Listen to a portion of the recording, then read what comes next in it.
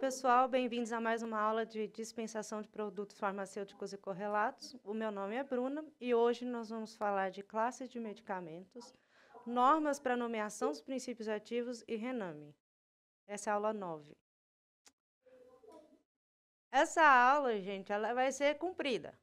Ela não vai ser um negócio que eu vou conseguir terminar hoje, tal, né?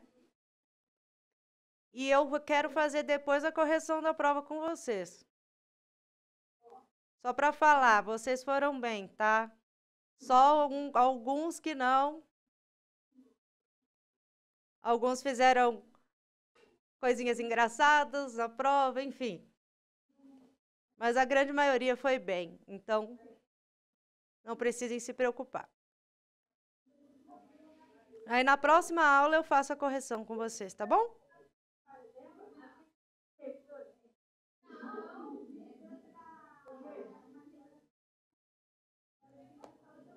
Olha só, nessa aula nós vamos conhecer as classes de medicamentos, onde eles atuam, as normas que envolvem a nomeação do princípio ativo e os medicamentos que pertencem ao rename. Então, são 3 tópicos bem compridos. Então, vai ficar... A gente vai seguir as próximas aulas, que vocês já vão entrar de férias semana que vem, né? Férias, né? Aí, então, a gente vai seguindo conforme a aula for rendendo. As classes de medicamentos que a gente tem. Não sei se vocês já ouviram falar.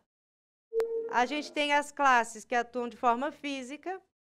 Elas não se ligam a receptores para fazer a função deles. Nós temos os profármacos,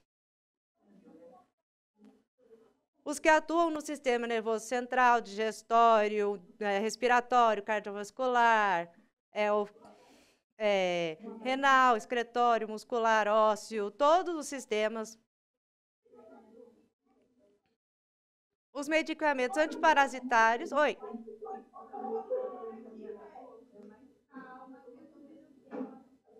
Oi.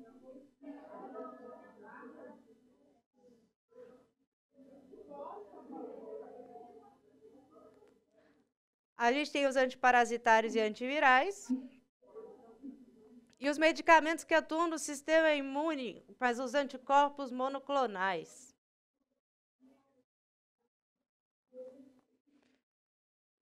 Eu vou começar pelo mais simples, que são os que atuam de forma física. O exemplo é o sal de fruta e a simeticona. Vocês sabem qual é a simeticona? É um antigases. Quando você está lá estufado, você toma ele. O sal de fruta, ele atua de forma física no corpo. Como assim? Ele vai... Gente! Senão eu não consigo me concentrar.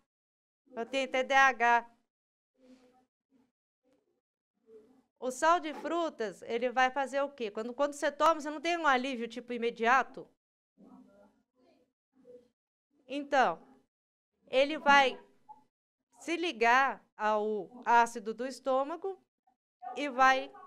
Gente!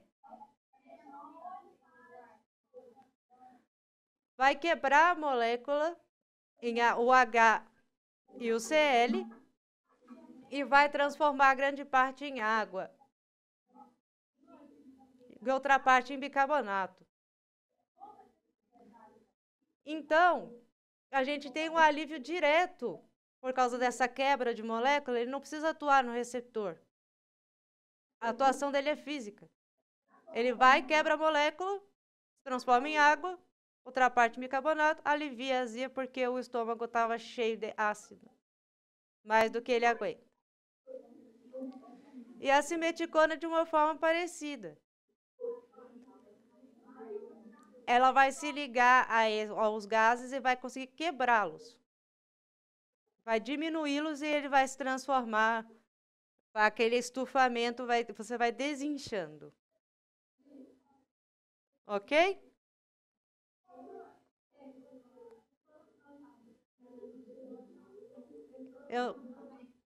Foi para mim a pergunta? Não? Agora eu vou falar de um pouquinho mais complicado. Ó.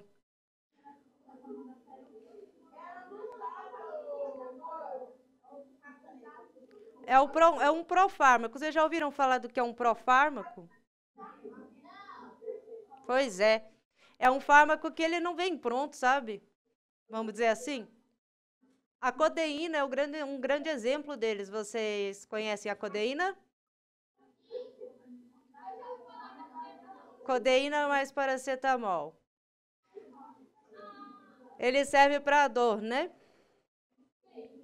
Ele não vem exatamente pronto, por quê? Ele vem uma molécula inativa. A codeína é uma molécula inativa. Aí eu coloquei aqui para vocês, olha que bonitinho que é a cascata de reação. Vocês vão começar a ver isso em farmacologia, que a farmacodinâmica vai envolver isso. Olha que gracinha que são. Uns amores.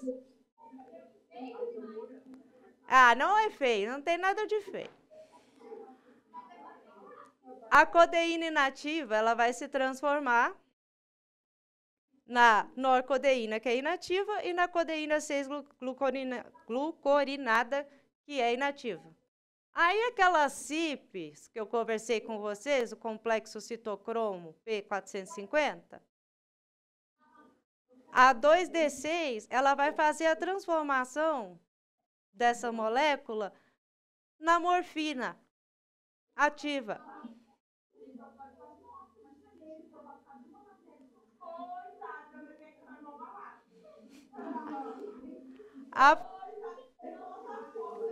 Os profármacos, para eles...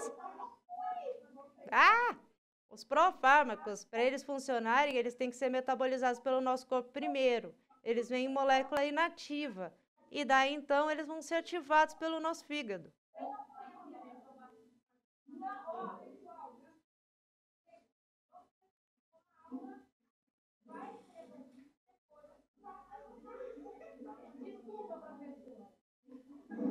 Não, tudo bem. É que eu não posso perder minha linha de raciocínio, gente. Eu tenho TDAH. E tem pessoas aqui que não conseguem nem acompanhar o seu raciocínio, porque a conversa está demais também. Pois é. O profármaco, gente, então é isso. É um fármaco, ele não vai vir pronto, ele vai ser metabolizado pelo nosso corpo, pelo fígado, para poder se transformar na molécula ativa. No caso da codeína, é a morfina. Então, é uma quantidade bem pequenininha de morfina que tem. É 0,35 miligramas de codeína, né? E só uma parte vai se transformar em morfina. Então, é um medicamento fraco. Para dor, para gente, que quando sente uma dor forte, na coluna, alguma coisa assim, é suficiente você tomar. Né? Mas é uma quantidade bem pequenininha de morfina que vai acabar atuando no nosso corpo. Mas aí existem vários profármacos. Eu só estou contando para vocês aqui as classes que existem, para depois a gente ir entrando nas partes mais complexas da coisa. Outra classe, antiparasitários e antivirais. Como é que você acha que eles agem? É em nós ou é no parasita?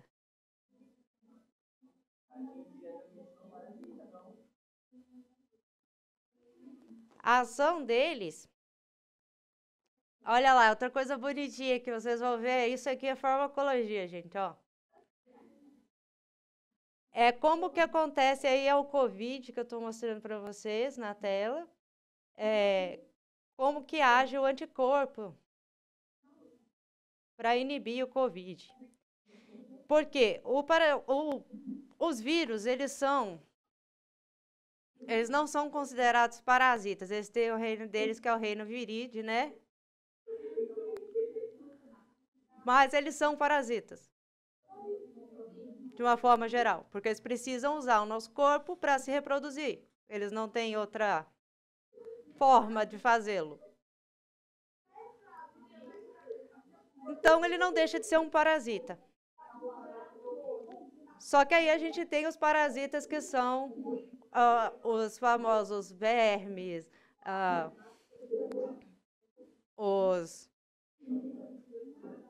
enfim, os diversos outros parasitas que a gente tem. O antiparasitário, ele não vai agir nos nossos receptores normalmente. Há casos e casos, tá? De medicação. Alguns medicamentos podem agir no nosso corpo liberando alguma toxina nossa, uma citotoxina da célula, para matar o parasita. Mas a grande maioria vai agir no receptor do parasita. O parasita tem os receptores dele no corpo. Igual a gente. E aí, o medicamento vai se ligar a ele, no receptor do parasita, e vai acabar causando uma cascata de reação que vai matá-lo.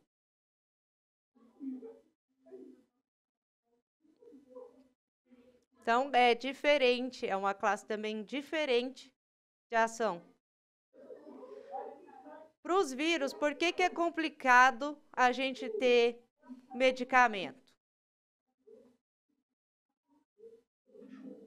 Vocês sabem? Por que é complicado desenvolver medicamentos e vacinas para vírus?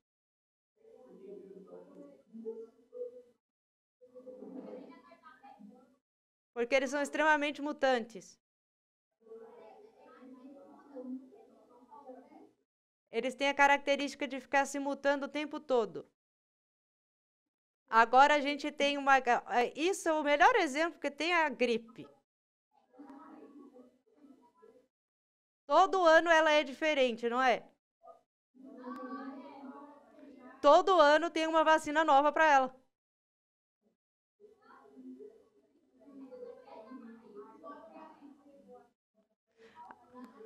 Assim, eu falo, não é difícil você fazer uma vacina para um vírus. Isso não é.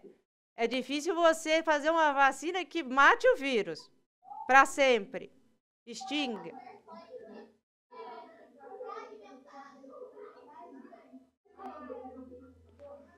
A vacina, na verdade, é super fácil de fazer. A gente tem o conhecimento de como se faz vacina desde 1900 e alguma coisa. 1910 foi a revolução da vacina, mas a gente tem o conhecimento ainda bem antes. A gente vai pegar uma proteína do vírus, a gente vai inativar, colocar numa suspensão que vai deixar ele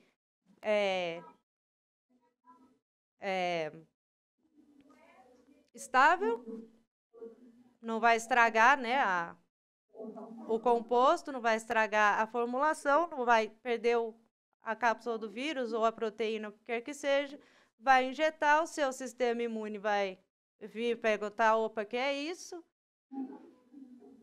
Aí ele vai pegar a fotinho do vírus e vai espalhar por aí falando, isto daqui vai preso. É assim que funciona uma vacina e não é difícil de fazer. Só que o que a gripe faz no próximo ano? Muta.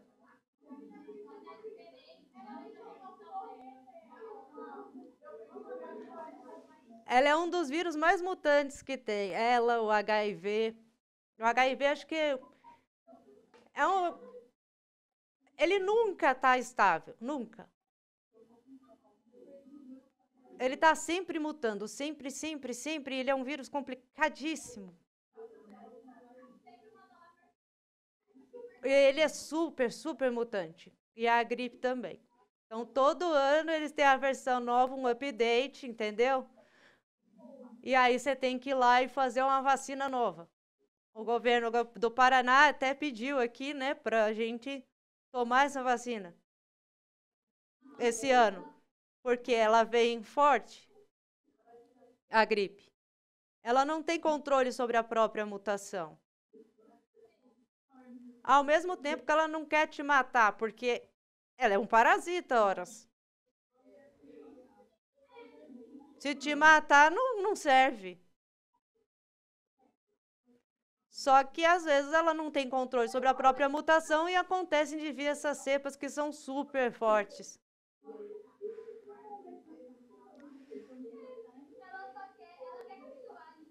Ela quer usar teu corpo para se reproduzir, ela não quer te matar.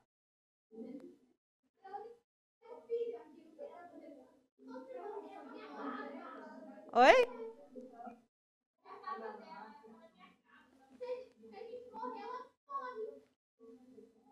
Então, só que ela não tem controle sobre essa mutação. Aí, o que acontece? Ela fala assim, poxa, o pessoal tá resistente à minha forma passada, né? Aí, deixa eu mutar aqui. Aí, ela muta. Aí, ela vem desse jeito que acaba matando. Sabe? Isso não é bom para eles, isso não é bom para a gente, mas a natureza é assim, a gente não tem controle sobre mutações. Aí é complicado, então quando tiver um vírus desses assim, a gente tem que tomar as vacinas para a gente evitar ter problemas maiores. Normalmente, nós adultos saudáveis, com a gripe, a gente não tem os piores sintomas dela. Mas pessoas que têm alguma condição, quando ela vem assim forte, pulmonar, uma condição desse tipo, né, crônica, tem que tomar, seja da idade que for, porque pode virar alguma coisa mais grave. Então, é por isso que é complicado a gente ter medicamento para vírus. E quando o médico fala assim, você está com um vírus, vai para casa? É aquele famoso negócio, que raiva, não é? Mas a gente não tem muito o que fazer mesmo com determinados vírus. A gente tem que tratar o sintoma dele, tomar muita água e ficar de repouso, porque ele tem o pico e a queda.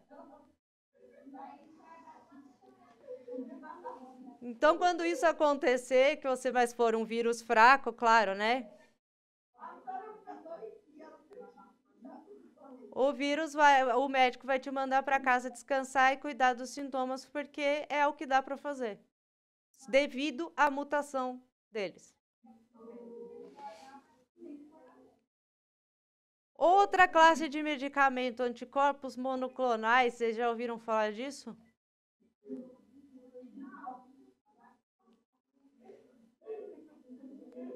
Isso aqui é um anticorpo, tá, gente? Isso aí é um IgG1. Essa formazinha que é um Y. É um anticorpo. Eles são assim. É um anticorpo. Não é uma fofura? Eles são uns Yzinhos assim. Vocês lembram do sistema imune inato e adquirido?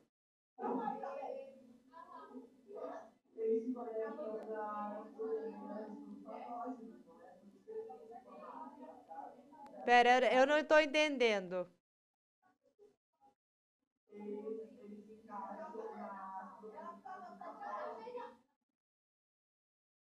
Eles encaixam num receptor, sim.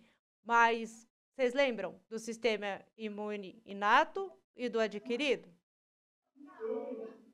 Sim ou não?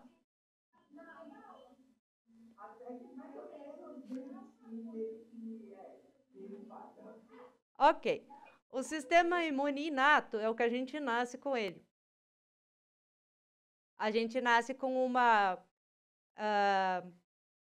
quais são as células? Oi? Travou, né? Eu vi. O sistema imune inato é o que a gente nasce com ele.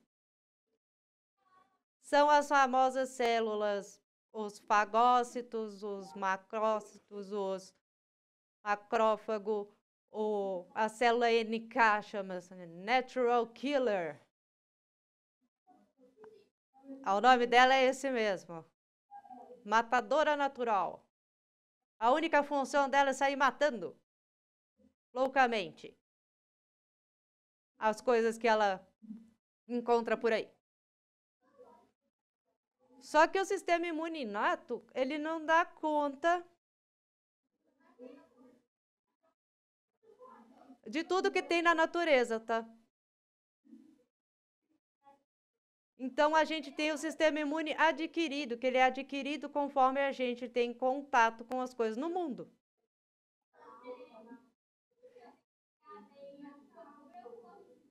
Que é o sistema imune que entram as células, os linfócitos. Os leucócitos pertencem ao sistema inato e os linfócitos ao sistema adquirido.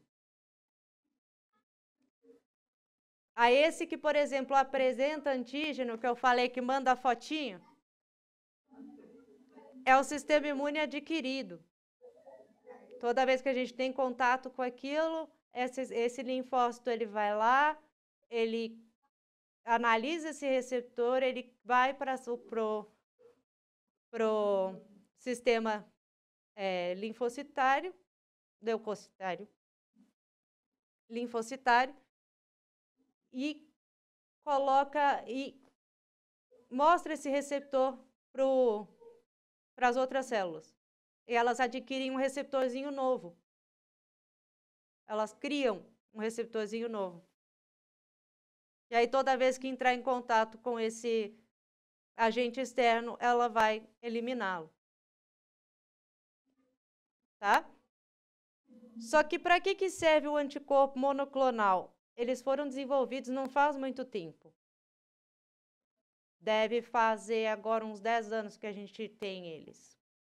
Foi uma revolução na indústria, porque foi uma revolução para o tratamento do câncer.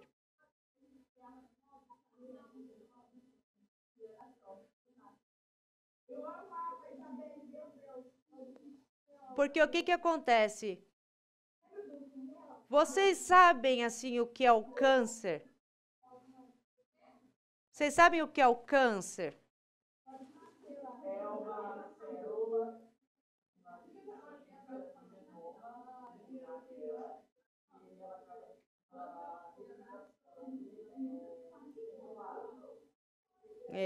É uma célula que vai sofrer mutação dentro do nosso corpo e o nosso sistema imune às vezes não pega.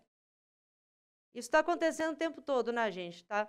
A gente toda hora acaba, quando morre uma célula e a gente vai fazer uma nova, nascem células mutadas. Só que o nosso sistema imune pega e mata elas. A natural killer vai lá direto e ó, come. Só que de vez em quando ele não pega, porque a mutação da célula ela foi muito boa, vamos dizer assim. Ele não consegue encontrar. É pertencente ao sistema imune inato. Porque como é uma célula do nosso corpo, quem atua é o sistema imune inato. O adquirido só atua com coisa para fora, entendeu? Então, esses medicamentos, eles agem assim. A pessoa, existem mais de 200 tipos de câncer, tá? Mas, bem basicamente, todos eles nascem de uma célula mutada que continua se reproduzindo porque ela tem uma falha genética, que é no gene P54, que não vai deixar ela morrer. É um gene da morte celular, porque ela tem que morrer um dia, certo? Ela tá velha, tudo, e ela precisa morrer. Só que essas células cancerígenas, elas não têm. Então, elas se reproduzem muito loucamente, não morrem. Oi?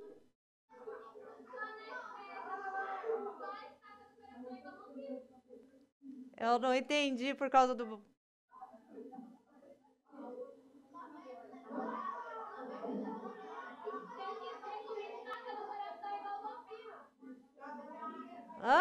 Mas eles fazem mais barulho, gente. Deixa ela falar. Tem que ser com estaca no coração igual vampiro. É, tipo isso. Uma estaca no coração igual o vampiro, porque ele não morre. No caso dela, ela realmente não morre. Ela é imortal. Igual um vampiro.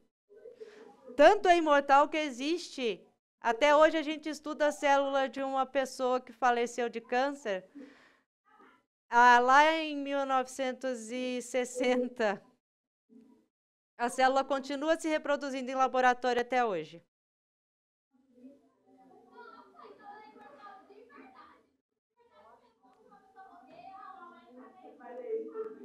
E a gente continua estudando porque foi um câncer super agressivo e a gente está falando assim, meu Deus, até hoje ela está se reproduzindo em laboratório, ela não para.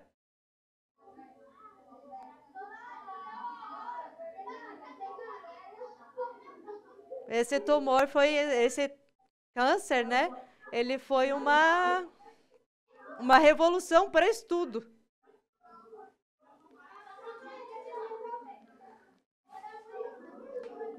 Aí o que a gente começou a conseguir criar? Bom, se a gente, pessoal, se essas células pertencem a gente, né? Mas elas não morrem. O que a gente pode fazer? A gente cria um anticorpo para essa própria célula. A gente estuda ela, a gente vê como é que ela tá, né? O que ela tem de receptor. E a gente cria um anticorpo específico para ela. Tá. Aí surgiram os anticorpos monoclonais. Porque eles são um anticorpo que se encaixa perfeitamente nessas células cancerígenas e fazem com que elas morram.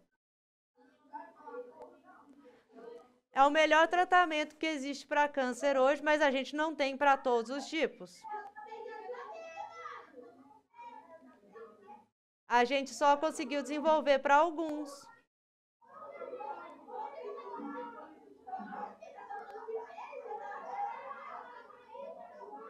Ó, bagunça! A gente conseguiu desenvolver só para alguns cânceres, porque, claro, demora, né, gente? Até a gente conseguir estudar a célula, até a gente conseguir identificar o receptor, até a gente conseguir pegar um anticorpo e encaixar, né? Modificar esse anticorpo para encaixar na célula. Demora pra caramba para a gente conseguir. E esses medicamentos são caros. Aqui no SUS tem. Mas eu não estou falando de caro. Quanto vocês acham que é? É. 140, 150 mil, tá?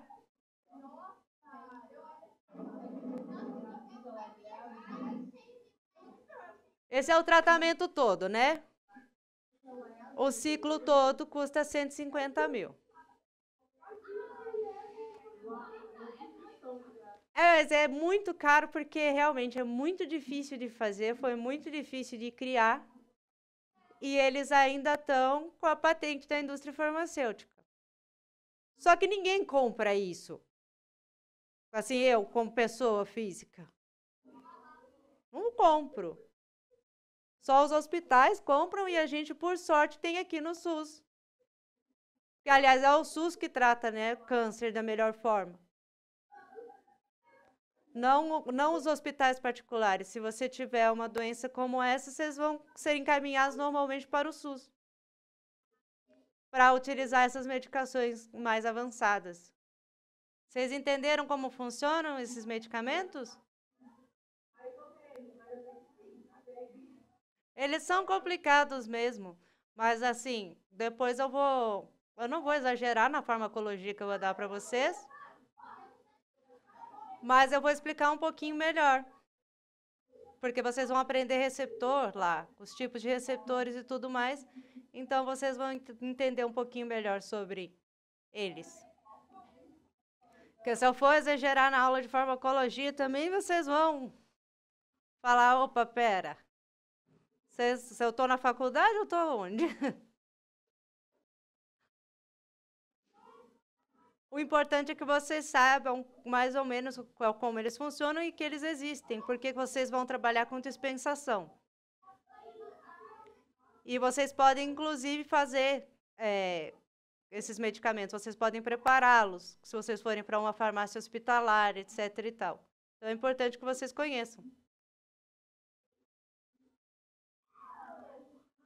Agora eu vou para a classe de medicamentos do sistema nervoso central, que atuam no sistema nervoso central. Vocês lembram de como funciona o sistema nervoso central?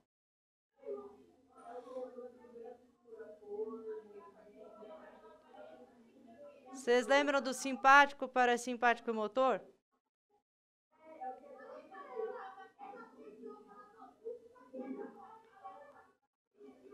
Então, a gente divide ele assim, mas por fins didáticos. E para coisas, para a gente ter uma pequena noção. Mas,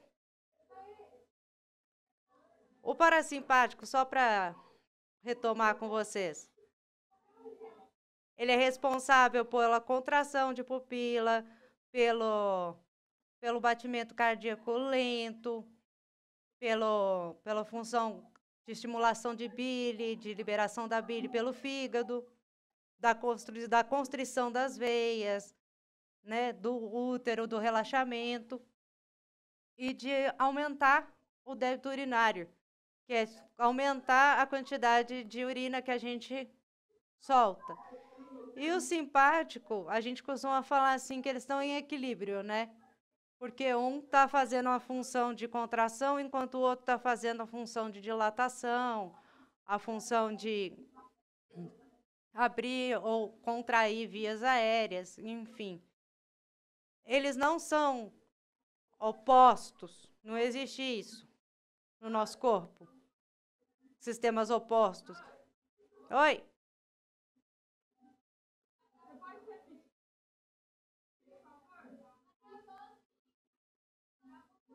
Deu uma travadinha, né? Pois é, eu vi. Estou falando que, assim, existe essa divisão do sistema nervoso. A gente costuma dizer, as pessoas costumam achar, né? Que eles são opostos. Eles não são opostos. Nada é oposto, assim, no nosso corpo. Geralmente, eles estão em equilíbrio. Tá? Enquanto um contrai, o outro dilata e assim vai. Mas não é por questão de estar opostos, mas sim para manter o equilíbrio. Então, quando você ativa um, desativa o outro, vão acontecer cascatas de reações que você quer que aconteça. E sabendo dessa divisão por causa dos nervos da coluna, dos 11 pares de nervos que a gente tem, 10, a gente consegue aplicar a medicação e fazer a ação que a gente quer no receptor. Aqui o neurônio motor. O motor é separado do parasimpático e do simpático, porque ele é um neurônio específico para o sistema motor. Esse neurônio mais clássico, que a gente já viu na escola mesmo, nas aulas de biologia, que tem essa cabecinha e os dendritos dele bem grandes, o axônio dele é comprido e tem as terminais dele, que são as sinapses, né? Embaixo. O maior que a gente tem é o tal do tendão de Aquiles. Sabe qual é? É aquele aqui atrás, aquele que fica atrás do pé da gente. Quando você aperta aqui, você sente uma coisa dura que parece um osso. É um tendão. Um tendão é o quê? Um tendão é um axônio de um neurônio. E ele sai lá, ele sai da nossa coluna aqui da cabeça até lá. Ele tem mais de 1 metro, essa célula. Se você corta ela, você não consegue andar. Ele puxa assim para cima e a pessoa cai na hora. Usam muito isso em filme. Vocês já devem ter visto. Dá uma agonia danada. Que a pessoa vai lá, corta assim, a pessoa cai. Dá uma agonia danada. Porque ele é motor. Ele serve para andar mesmo. Então, das classes do sistema nervoso central, como ele é complicado, a gente tem um monte de classe de medicamento. Olha só.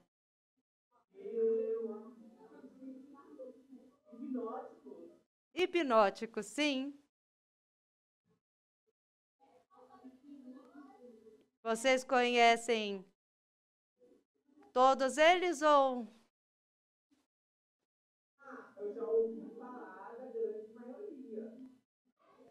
Sim, antidepressivo, ansiolítico, a gente está com uma crescente, né? De pessoas com depressão, de pessoas com ansiedade.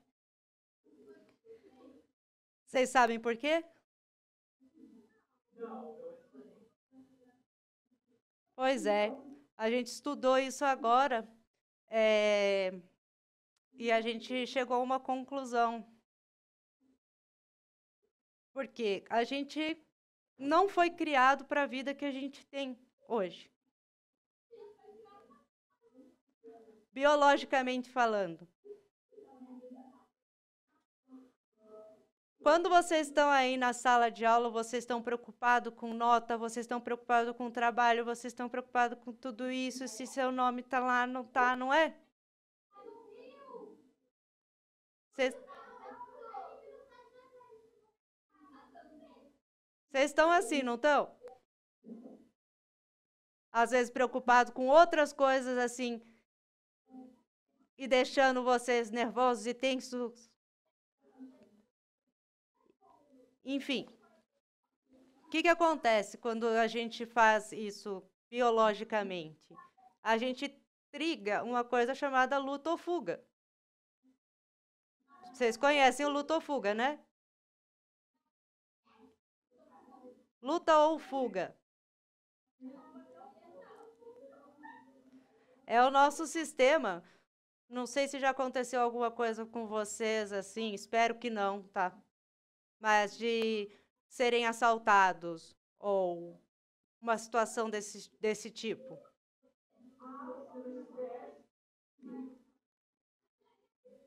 Acontece o quê? Ou a gente enfrenta a pessoa que está assaltando, a gente luta, ou a gente para.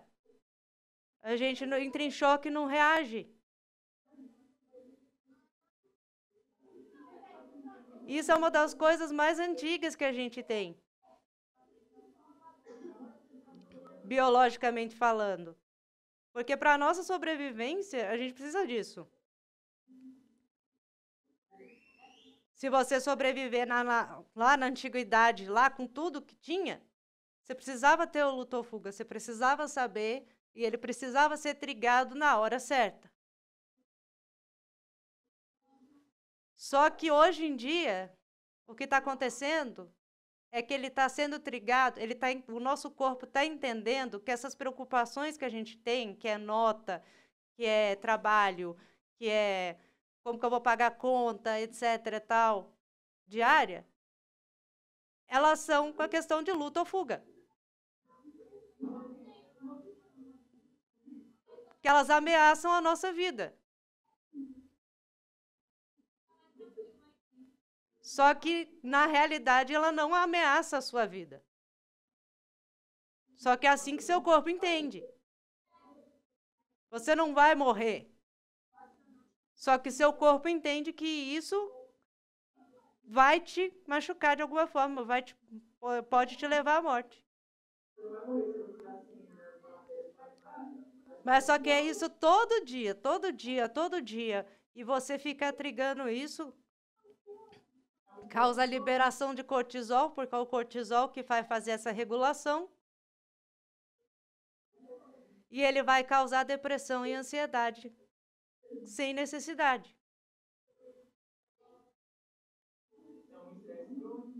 Exato, é o estresse crônico. E é pelo tipo de vida que a gente leva hoje. A gente não foi biologicamente criado para isso.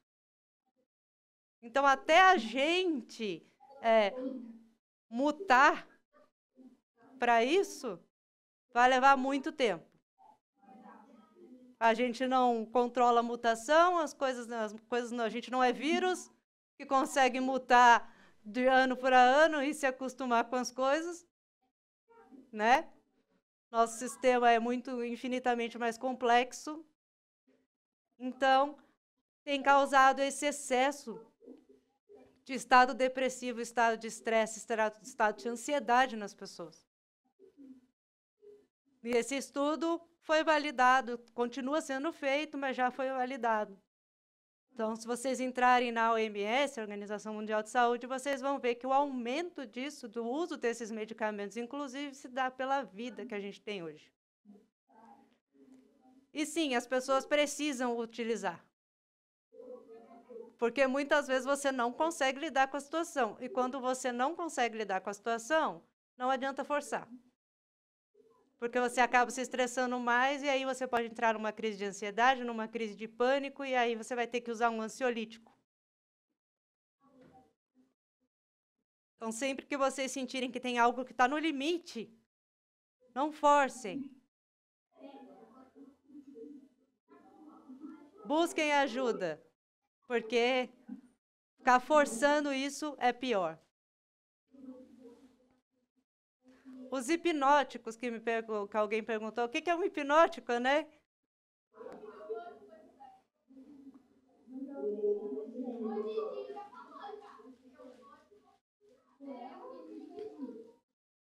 Hipnótico, vocês vão conhecer o Zolpidem.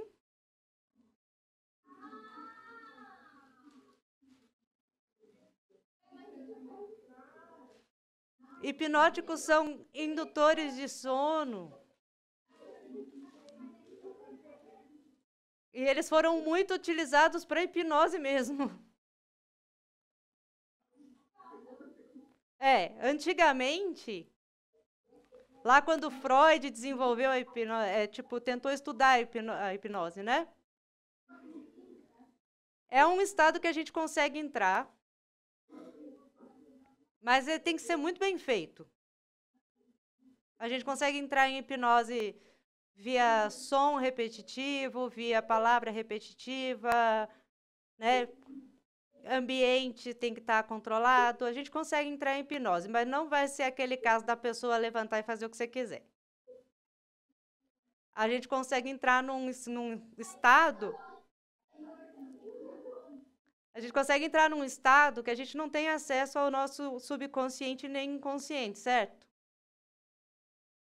A gente consegue ter acesso a ele mais ou menos quando a gente está quase dormindo.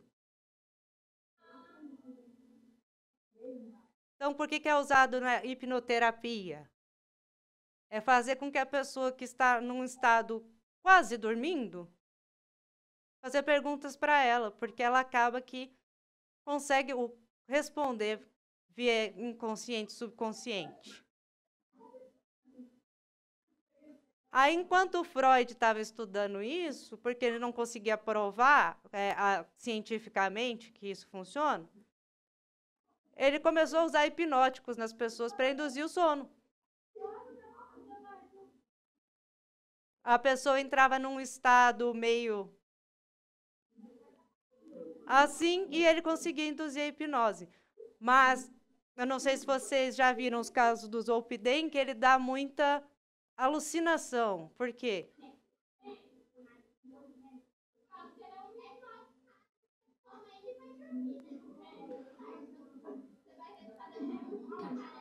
Não, o negócio é o seguinte, é bom tomar, ela fala pra mim, se você não dormir, você vai ver tudo mais um pouco. Mas se você dormir, eu aprender com você acorda.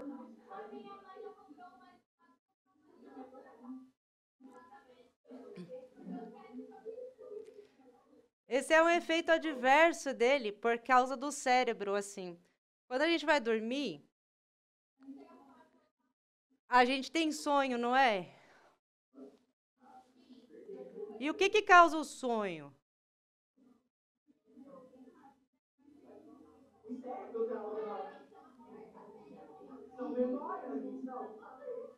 O cérebro, ele causa o sonho, assim, para a gente conseguir ver coisas e tal. Às vezes extrair memórias, né?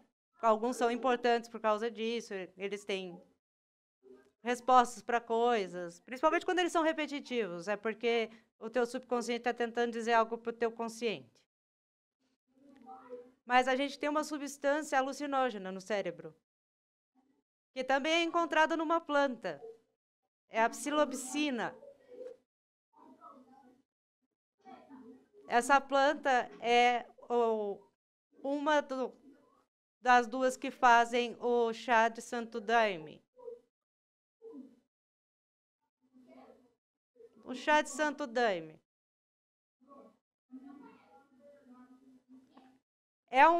São duas ervas que faziam um ritual antigamente, chamado ayahuasca.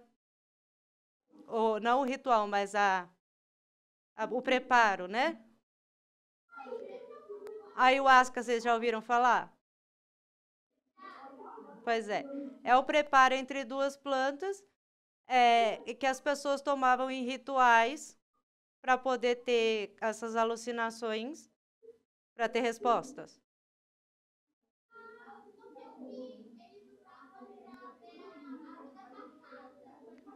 Sim, tem usar para ver a vida passada, tem usar para ver o futuro, tem usar para dar uma resposta agora, sabe? Tem vários ritos, né?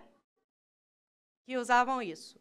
Só que o nosso cérebro, ele tem em pequena quantidade a psilocibina, que é um dos princípios do ayahuasca.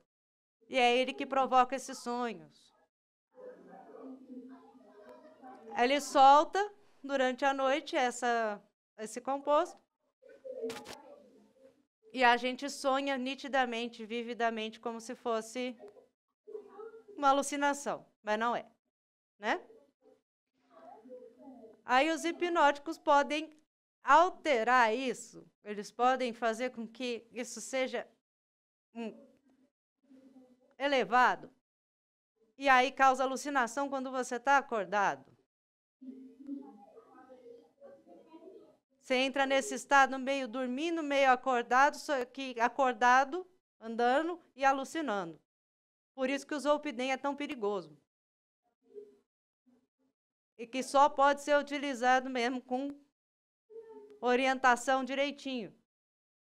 Porque a galera estava usando para dormir, só que acaba viciando, ele vicia mesmo, e eles estão até pensando em trocar ele para tarja preta, porque ele estava tarja vermelha. E aí causou problema e causou mortes já, inclusive. Porque a pessoa está alucinando, vai, cai. Então, isso é um hipnótico. Tem os antipsicóticos, vocês já devem ter ouvido falar. Ele é um inibidor de recaptação de serotonina, só que assim, bastante forte. Anticonvulsivantes. Pode falar. Alguém falou alguma coisa? A risperidona é um antipsicótico, super forte. Assim, a recaptação de serotonina. E para quem toma e tem para quem tem o problema, algum estado de psicose, para quem tem esquizofrenia, etc., a pessoa não vai sentir nada. Assim, demais. Mas para quem não tem, dá um sono, dá um negócio, você não consegue render, você não consegue fazer nada, porque é muito potente. Anestésicos, alguns analgésicos.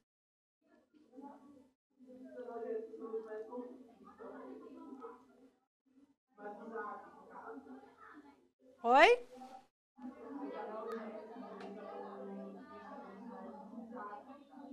Não estou ouvindo.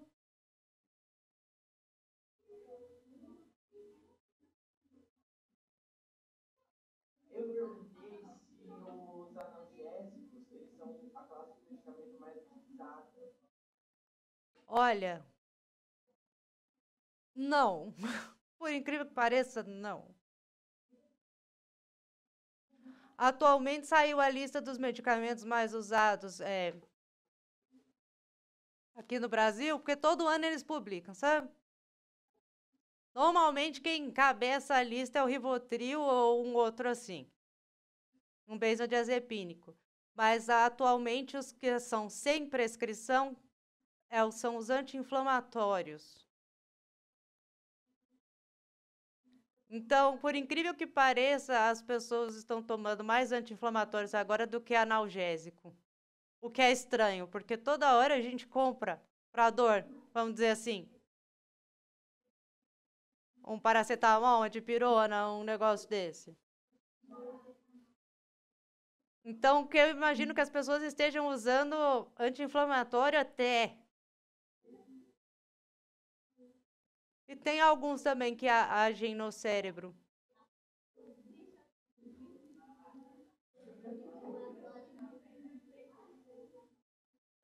Aí tem os anticolinérgicos e os colinérgicos. Esses aí eu vou deixar para aula de farmacologia.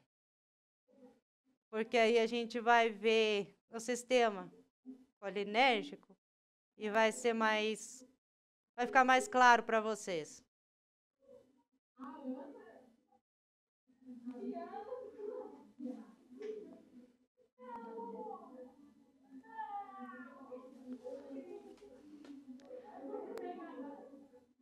Aí nós temos os fármacos que atuam no sistema digestório. Antiemético, sabem o que é?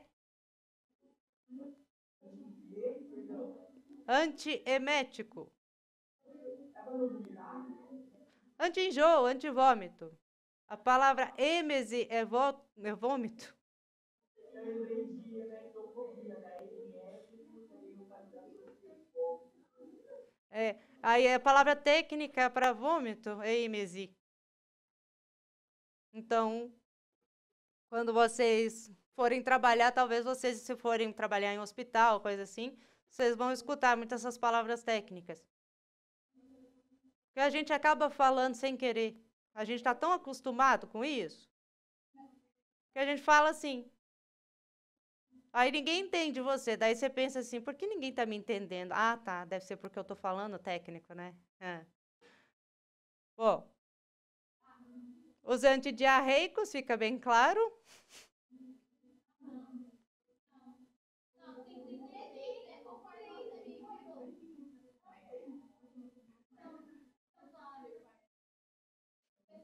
Os inibidores da BP, que é a bomba de prótons, que eu já falei, acho que eu já comentei com vocês. E os bloqueadores do H2, que é o receptor histamínico. Só que aí você fala assim, mas por quê? O que isso tem a ver? Com o estômago. Estômago não, mas com o sistema digestório. Tem alguns fármacos que atuam nesse receptor antihistamínico para poder inibir justamente a soltura de ácido para o estômago. Eles descobriram que você consegue utilizar esse receptor para isso, porque os receptores eles têm cascatas de reações de tudo que é tipo. Se eu entrar isso a gente vai ver em farmacologia, mas se eu for assim, muito longe com você, vocês vão dormir. Mas é uma cascata de reação, às vezes você aproveita essas cascatas de reação e utiliza o medicamento. Igual a questão do Viagra, que eu não sei se foi com vocês que eu comentei.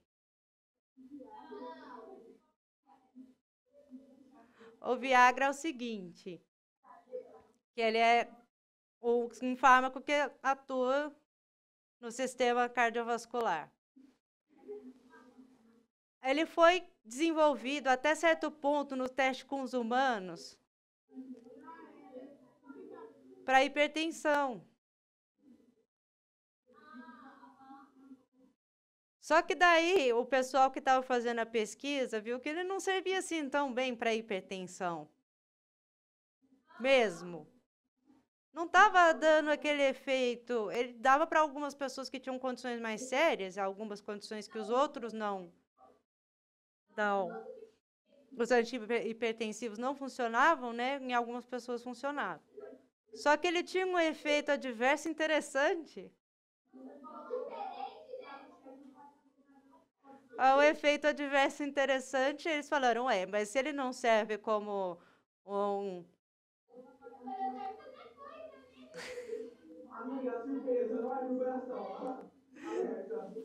Se ele não serve para isso que a gente propôs, ele está servindo para outra coisa, cara. Porque a grande maioria das pessoas aqui está apresentando esse efeito adverso. Mas era por causa da cascata de reação da medicação. Acabou fazendo com que ela tivesse esse efeito adverso. Só que ao invés deles jogarem fora, eles foram fazendo testes aí a partir do efeito adverso. Eles reposicionaram o fármaco. Falaram assim, não, agora ele não vai ser antihipertensivo mais. Vamos fazer ele ser um fármaco que provoca ereção. Então, vamos estudar assim. Aí eles fizeram um novo estudo, controle todo, com as pessoas para ver se a reação adversa dele era só essa ok e não provocava outra. Aí eles descobriram que ele era seguro para esse uso e daí lançaram no mercado. Às vezes quando a gente está estudando medicamento, a gente encontra coisas assim. Igual quando a gente estava estudando a Nebacetin, vocês conhecem? É uma pomada? A Nebacetin, vocês conhecem? É uma pomada.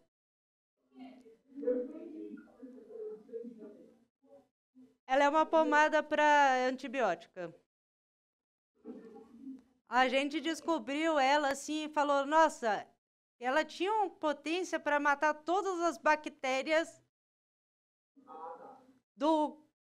resistentes do mundo. Aí quando foi fazer teste com o humano, o que aconteceu? Era tóxico.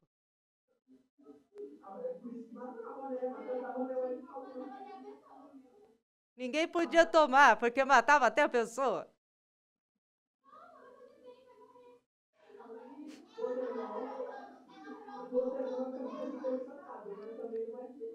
A gente tinha achado o antibiótico perfeito. O antibiótico é super difícil de fazer, gente. A gente está até hoje buscando novos compostos nos fungos, porque a maioria é tóxico e as bactérias estão ficando cada vez mais resistentes, então... Aí esse era para ser a resolução dos problemas, o que aconteceu? Era tóxico e matava a pessoa. Aí eu falo, pô, mas o que eu vou fazer então? Porque ele é tão bom. Aí descobriram que dava para usar como pomada. Uso tópico. Mexeram na formulação, viram que funcionava com uso tópico e aí lançaram no mercado. Ok. Deu para usar, pelo menos a gente não perdeu a potência desse medicamento. Não perdeu assim, né? Se ele fosse ingerível, teria sido muito melhor, mas não é.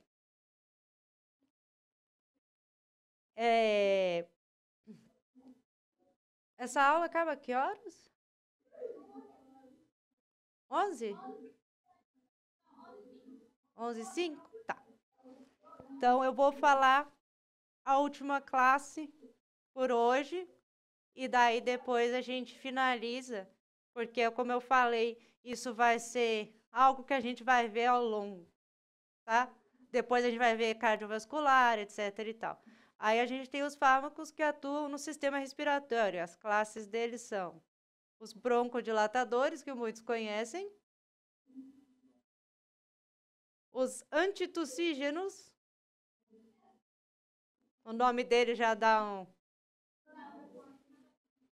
Os mucolíticos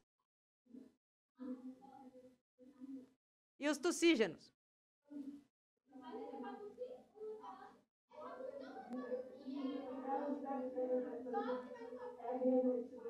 Tem hora que você precisa tossir. Eles são irritantes. Eles são fármacos à base de iodo. Então você toma e eles são irritantes. É para a pessoa tossir mesmo. Às vezes ela precisa. Quem tem uma fibrose cística, alguma coisa assim, que é quando tem muito muco acumulado no pulmão, ela toma um mucolítico, que a palavra lítico significa quebra, né? Ela toma um mucolítico que vai dissolver, quebrar o muco, e aí ela toma um tussígeno, se ela precisar, porque normalmente o nosso corpo já, quando começa a subir, ele já tosse. Mas tem gente que não consegue. Então ela tem que tomar um irritante, mas isso aí não é muito comum. A maioria das pessoas conseguem tossir. Principalmente com essa quantidade de muco elevada. Quando você quebra, saem os quebradores assim, de muco. Tem o fluimicil, que não sei se vocês já... O nome dele é N-acetilcisteína. Ele também é usado para outra coisa. Para intoxicação hepática.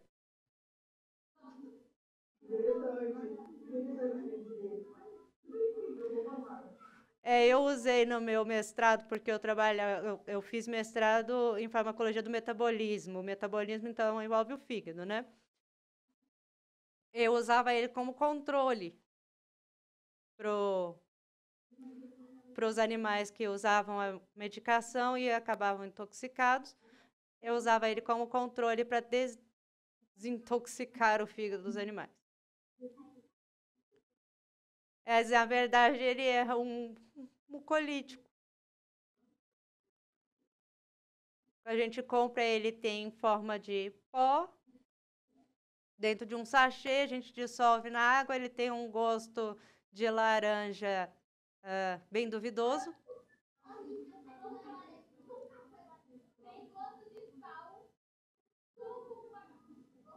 É um gosto bem duvidoso, cara. Toda vez que a indústria tenta colocar um gosto no medicamento, eu acho que fica pior, mas enfim.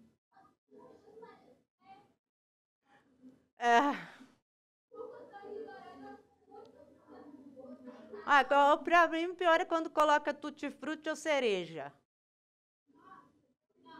Aí você pega e toma aquele xarope de cereja. Ai, que delícia. Preferi que não tivesse.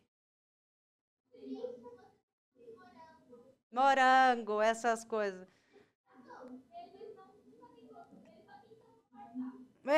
Mas só que imagina que o fármaco é tão ruim que isso é bom.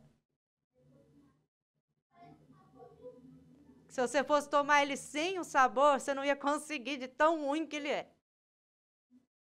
Então não ia ter a adesão do paciente. Ninguém ia querer tomar isso. Então ele ficou bom com o gosto duvidoso dele de laranja / sal / sei lá. Produto químico duvidoso.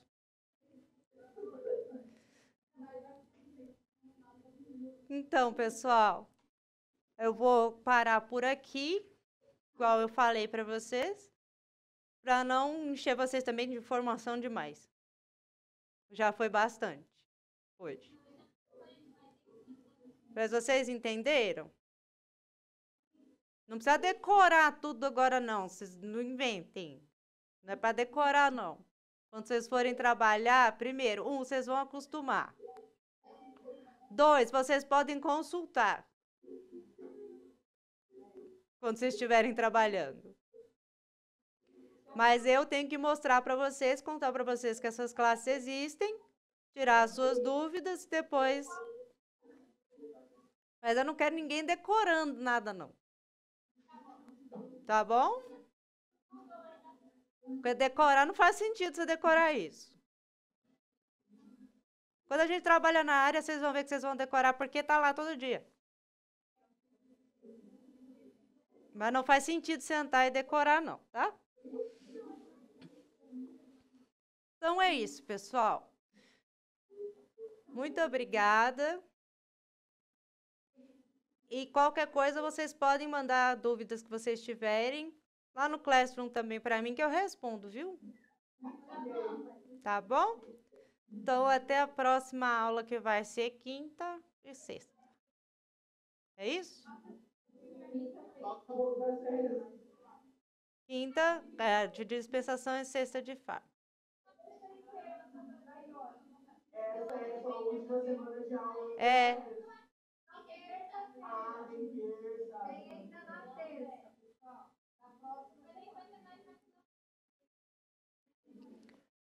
Tem ainda na terça. Mas, basicamente, vocês já estão de férias.